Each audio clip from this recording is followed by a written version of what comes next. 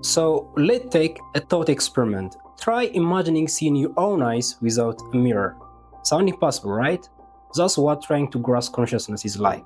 An experience that we are all living in, yet we fail to define what we know but couldn't understand. A topic that keeps the top thinkers tongue-tied. Why did it become elusive to any systemic study of science or philosophy? Is it beyond our intellectual capacity? An equation with no obvious answer. Throughout history, humans have tried to study and understand consciousness. From Greek philosophers to the contemporary psychologists, from neuroscientists to the theoretical physicists, they couldn't even come up with consensus on the theoretical framework even in the bounds of the same discipline. In the past 5 centuries, especially in the past 2 centuries, humans have undergone a huge progress in solving and answering questions centuries old, from the exploration of the universe to the advancement of technology and engineering and the development of artificial intelligence. So why do we fail to understand consciousness? Is there something that we have missed? In 1890, the renowned American psychologist William James published his influential book, The Principles of Psychology. In chapter 9, James presented a profound view of consciousness.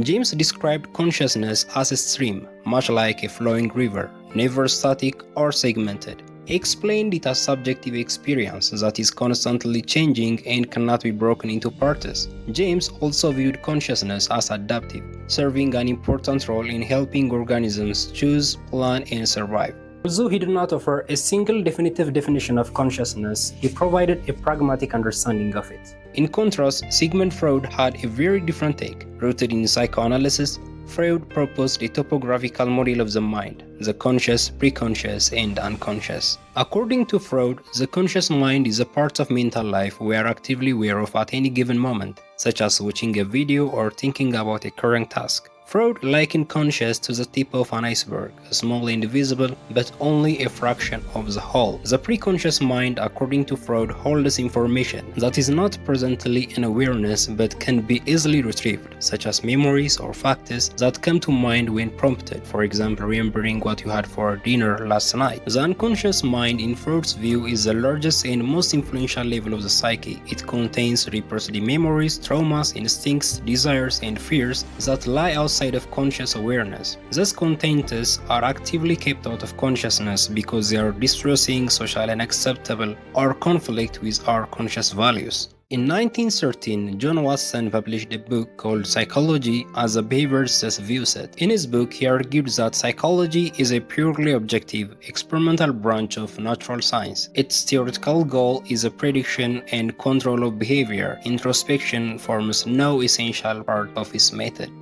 Behaviorists had a strong belief that if you can see, measure, and quantify, that thing is not part of science. Behaviorists strictly focused on observable behaviors rather than internal mental states. For behaviorists, mind is like a black box. You put a stimulus and you observe the response. The other renowned behaviorist, Skinner, emphasized in his book that scientific psychology must deal with observable behavior. The objection to inner states is not they don't exist, but they are not relevant in a functional analysis. Even though behaviorists contribute a lot to the world of psychology, they ignored the rich inner experiences like thoughts, dreams, and self-awareness, which are the very sense of consciousness. As a result of this, the progress in the study of consciousness was slow in the dominant area of behavioral psychology. In the 1950s, some intellectual and interdisciplinary movement began to rise as cognitive science, which tries to understand the process of mind scientifically. Mental faculties like perception, memory, attention, reasoning, language, and emotion were central concerns of this intellectual movement. The renowned American Noam Chomsky criticized behaviorism by showing that children learn language in ways that cannot be explained just by imitation and reinforcement. He argued that humans have an innate capacity for language, which suggested that the mind has internal structures. Chomsky came up with ideas that famously known as universal grammar. In his theory, he asserted that language is not imitation, and the human born with a language faculty which is part of the human nature. Further, Chomsky asserted that the linguistic inputs that children receive as incomplete or flawed, yet they still acquire, suggesting the presence of built-in rules. He presented that, despite the surface differences, all languages share deep structural similarities, such as nouns, verbs, and rules for combining them, asserting that universal principles of grammar encoded in the human brain. His work explains that why language acquisition is fast and uniform across cultures. Chomsky's approach laid the foundation of modern linguistics and helped to establish cognitive science as an interdisciplinary field, combining psychology, computer science, philosophy, linguistics. His work opens the door for the scientific study of internal mental processes across disciplines.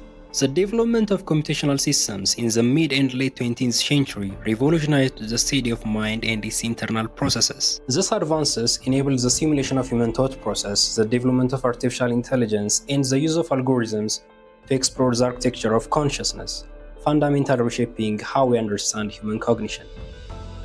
The increased scientific knowledge in neuroscience, computer science, and artificial intelligence gave us different theories that try to explain the conscious experience of human being. The first theory is global workspace theory. According to the global workspace theory, consciousness is what happens when information becomes widely available within the brain. This theory describes the brain as a theater where the stage is conscious awareness that you are experiencing, while the actors are the piece of information or mental contents that compete to get onto the stage, and the backstage crew to one of the unconscious experience, and the rest of the brain as the audience. Global workspace theory can successfully model a number of characteristics of consciousness. Just like a stage that cannot hold every actor, only a few things can be conscious at a time.